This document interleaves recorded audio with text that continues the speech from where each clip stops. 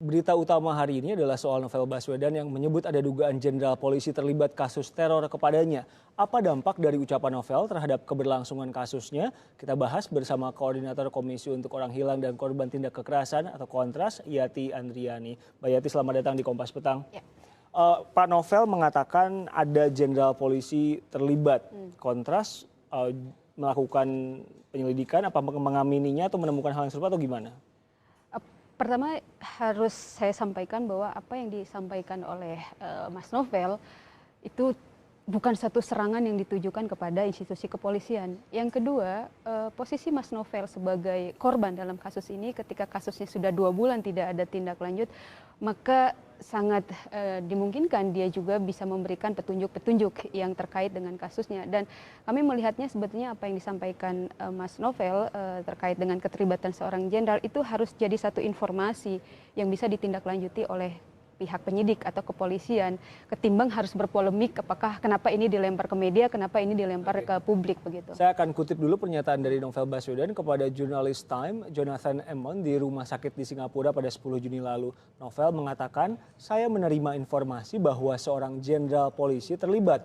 Awalnya saya bilang informasi itu salah. Tapi sekarang sudah 2 bulan dan kasus ini belum juga terselesaikan. Lalu saya katakan kepada orang yang memberikan informasi itu, saya rasa informasi itu benar. Anda tahu atau familiar dengan informasi ini? Begini, kalau kita coba membongkar kasus ini kan sebetulnya bisa melalui 2 pendekatan. Pendekatan pertama tentu saja pendekatan induktif. Jadi kita bisa melihat siapa mencari eksekutornya siapa di lapangan, aktor-aktor di lapangan siapa. Tetapi kalau kita mau lihat deduktif, secara lebih umum kita harus membongkar motif, kita harus membongkar aktor di balik penyerangan ini. Nah, kalau melihat motif dan aktor di balik penyerangan ini, tentu saja dia harus dibuka secara spesifik siapa-siapa atau institusi mana atau pihak mana yang merasa selama ini dirugikan oleh Novel Baswedan. Iya, nah kalau kita lihat sepak terjangnya Mas Novel, dia cukup aktif membongkar korupsi, termasuk korupsi yang terjadi di internal tubuh kepolisian. Nah, sehingga seharusnya kalau melihat sistematika ini, harusnya petunjuk ini bisa dicari, petunjuk-petunjuk yang lebih dalam. Apakah memungkinkan pihak-pihak di kepolisian misalkan yang pernah bersinggungan dengan Novel Baswedan, kemudian punya upaya-upaya atau niat-niat buruk untuk mencelakakan Novel. Dan itu kan sangat mungkin terjadi, segala kemungkinan bisa terjadi. Sehingga menurut kami yang penting adalah apapun informasi yang keluar dari Mas Novel sebagai korban itu harus ditindaklanjuti. Kalau menurut kepolisian sebaiknya dimasukkan dalam berita acara penyidikan. Nah, itu kami serahkan kepada pihak kepolisian sebagai penyidik. Mereka punya prosedur, mereka punya mekanisme, silahkan kalau mau dilakukan. Tapi yang kami tidak harapkan, jangan ini jadi polemik, kenapa dibuat ke publik, kenapa disampaikan ke media. Yang penting adalah kepolisian fokus saja, karena sudah 2 bulan tidak ada perkembangan apapun. 2 orang sudah ditangkap dan dilepaskan lagi. Ya, 3 orang sudah ditangkap dan dilepaskan lagi, tanpa ada satu penjelasan-penjelasan yang memadai. Misalkan kami di kelompok masyarakat sipil yang fokus pada isu atau advokasi kasus ini menemukan beberapa kejanggalan sebetulnya.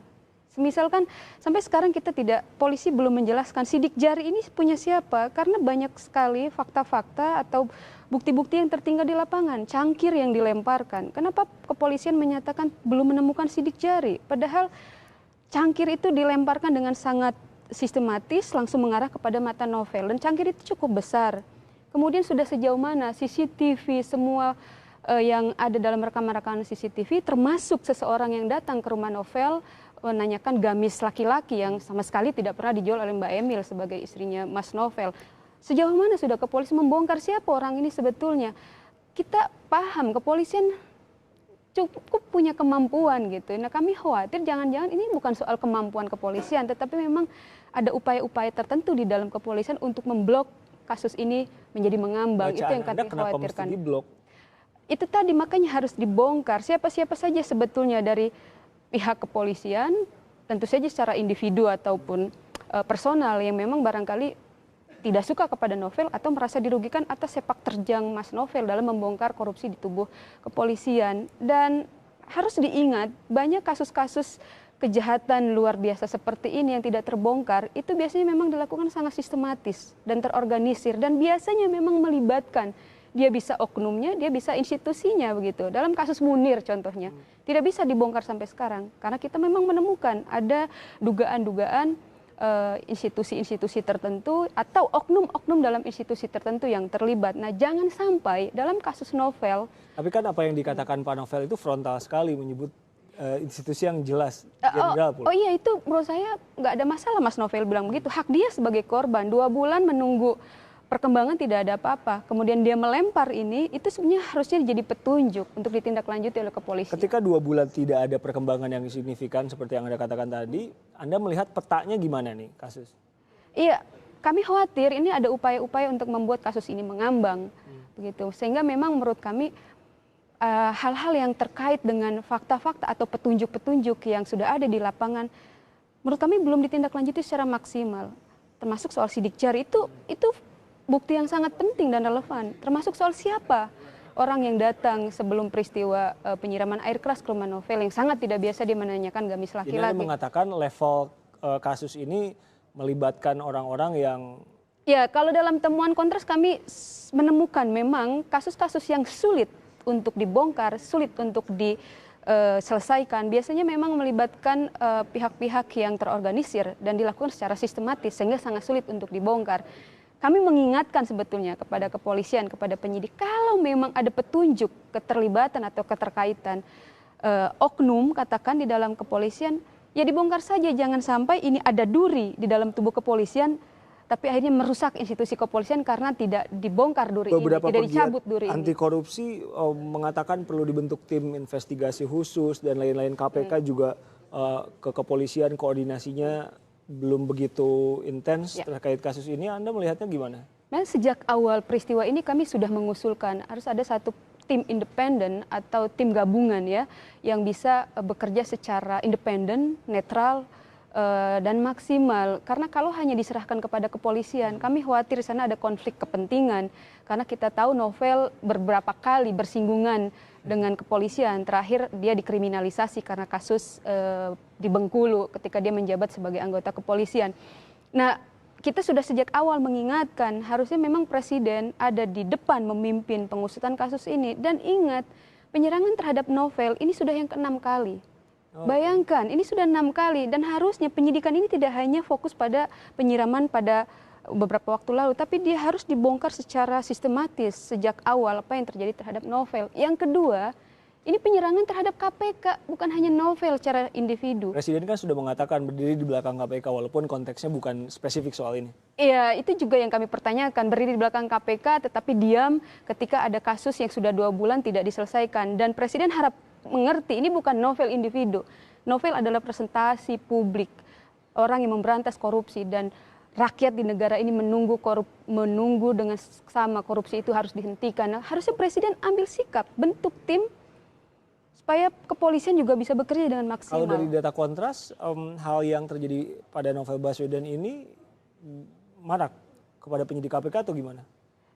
Bagaimana? Serangan kepada penyidik KPK itu bukan sekali ini saja terjadi, bukan sekali di luar ini saja. Novel ya? Di luar Novel pun juga ada upaya-upaya penyerangan terhadap penyidik KPK. Tapi saya rasa ini biar KPK yang bicara ke publik kalau terkait ini. Dan untuk Novel sendiri ini sudah yang ke-6 kali, bayangkan begitu. Dan kita sampai hari ini tidak melihat juga upaya yang maksimal dari KPK untuk juga mengambil tindakan-tindakan yang urgent, yang darurat, baik untuk kasus Novel maupun untuk perlindungan para penyidiknya. Harusnya KPK juga menggunakan kewenangannya, menggunakan obstruction of justice. Jadi tindak pidana penghalang-halangan atau menghalang-halangi upaya pemberantasan korupsi. Dan dalam kasus Novel, harusnya ini bisa digunakan oleh KPK. Dan KPK tidak hanya menunggu pihak kepolisian, ini bisa dilakukan secara paralel. Ini yang kami tunggu juga dari KPK. Mbak Yati Andriani, Koordinator Kontras, terima kasih berbagi informasi di Kompas.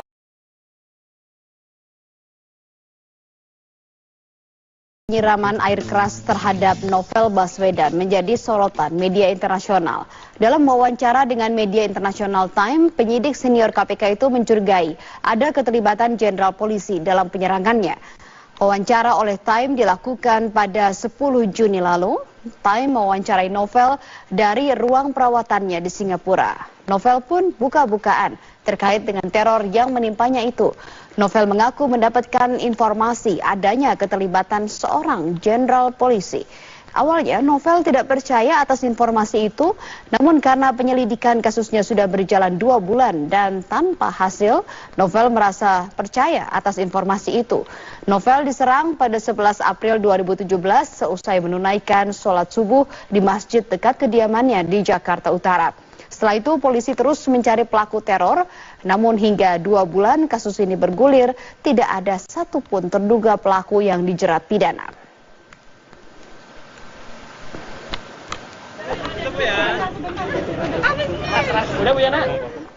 Baswedan yang disampaikan dalam wawancara dengan Media Time dianggap polisi tidak bernilai hukum. Karena itu polisi berharap segala informasi yang dimiliki Novel dapat dituangkan ke dalam berita acara pemeriksaan.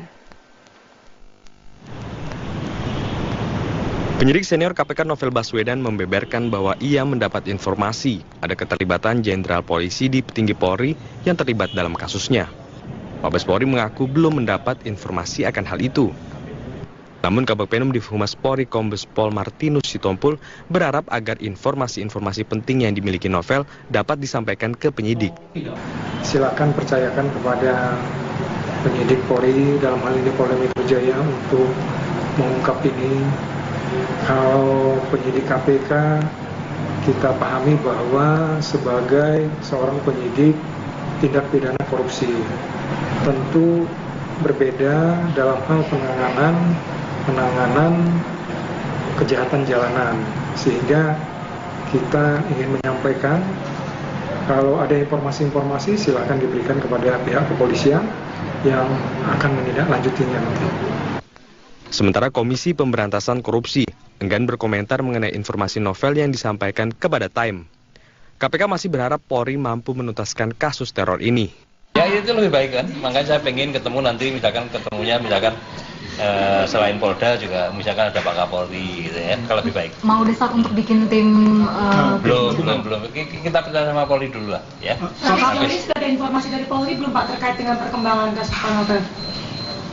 Kita belum mengundang lagi dan kita jadwalkan memang secara periodik akan kita bicarakan ya. Pak, benar ada informasi polisi berbintang gitu Pak di balik kasus penyiraman Pak Novel ini? Ya saya nggak boleh membicarakan yang tidak jelas sekali fakta dan datanya ya. Sudah 2 bulan penyelidikan teror penyiraman air keras terhadap Novel berjalan, namun hasilnya masih gelap. Kepolisian bahkan telah menggandeng Komisi Pemberantasan Korupsi untuk bersama-sama mengusut kasus ini. Hasil pengusutan awalnya mengarah pada 4 orang terduga pelaku. Sayangnya keempat terduga pelaku dilepaskan karena tak ada bukti yang menguatkan mereka terlibat. Komnas HAM akhirnya turun tangan dengan membuka investigasi kasus tersebut. Harapan baru pun berada di pundak lembaga ini. Tim Liputan, Metro TV.